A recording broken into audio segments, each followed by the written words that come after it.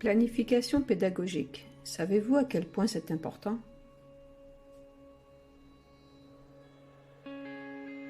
Pour que l'éducation spirituelle des enfants et des jeunes puisse atteindre ses objectifs, il faut qu'elle dispose d'une planification pédagogique appropriée.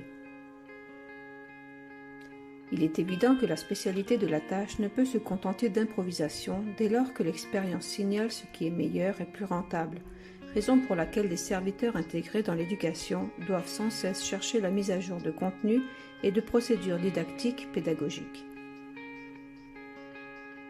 C'est en pensant à cela que nous avons préparé cette vidéo, afin que vous compreniez ce qu'est la planification pédagogique et pourquoi ceci est important.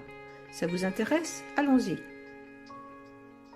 Qu'est-ce que la planification pédagogique?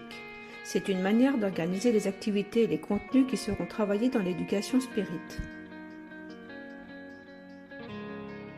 La planification pédagogique signifie connaître les besoins et la réalité des élèves, fixer des objectifs et des buts à atteindre, allouer des ressources matérielles et financières, gérer les personnes et le temps. Pour la planification pédagogique, il est essentiel d'analyser la culture du pays, le nombre d'enfants, leur âge, l'infrastructure, les objectifs pédagogiques, entre autres. Comment serait une bonne planification pédagogique? Un plan d'action qui combine réellement deux conditions, ce que l'on souhaite faire et ce que l'on peut faire. Ainsi, les activités pourront remplir leur mission sans pour autant cesser d'analyser le contexte dans lequel elles s'insèrent.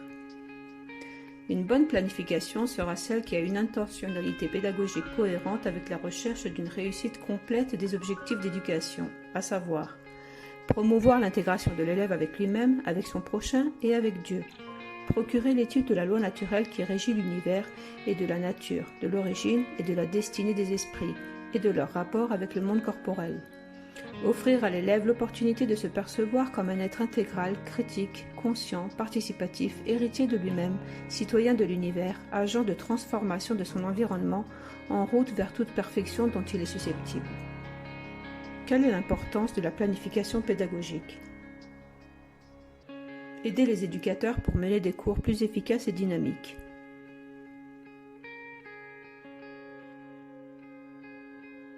Il est essentiel qu'elle présente une objectivité, un ordre séquentiel, une flexibilité et une cohérence.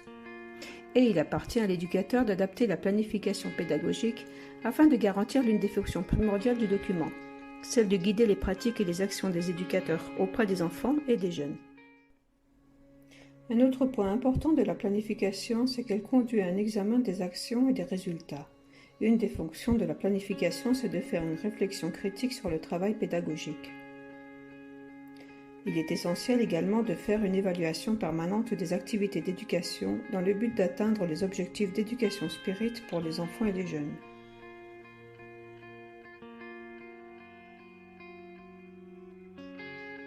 Ne négligez jamais le perfectionnement pédagogique en élargissant, chaque fois que possible, ses compétences didactiques, afin que les graines prometteuses ne se dessèchent pas devant le sol favorable à cause de l'inadéquation des méthodes et des techniques d'enseignement, de l'insipidité des contenus, de l'inefficacité d'une planification inopportune et inadéquate.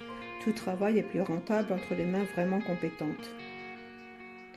Ne vous arrêtez pas aux expériences réalisées, mais aspirez toujours à plus, en cherchant des livres, en renouvelant la recherche, en échangeant des idées, en vous activant dans la formation, en mobilisant des cours, en favorisant des rencontres, en organisant des séminaires, dans cette dynamique admirable et permanente de ceux qui se consacrent à la tâche bénie d'instruire et d'éduquer.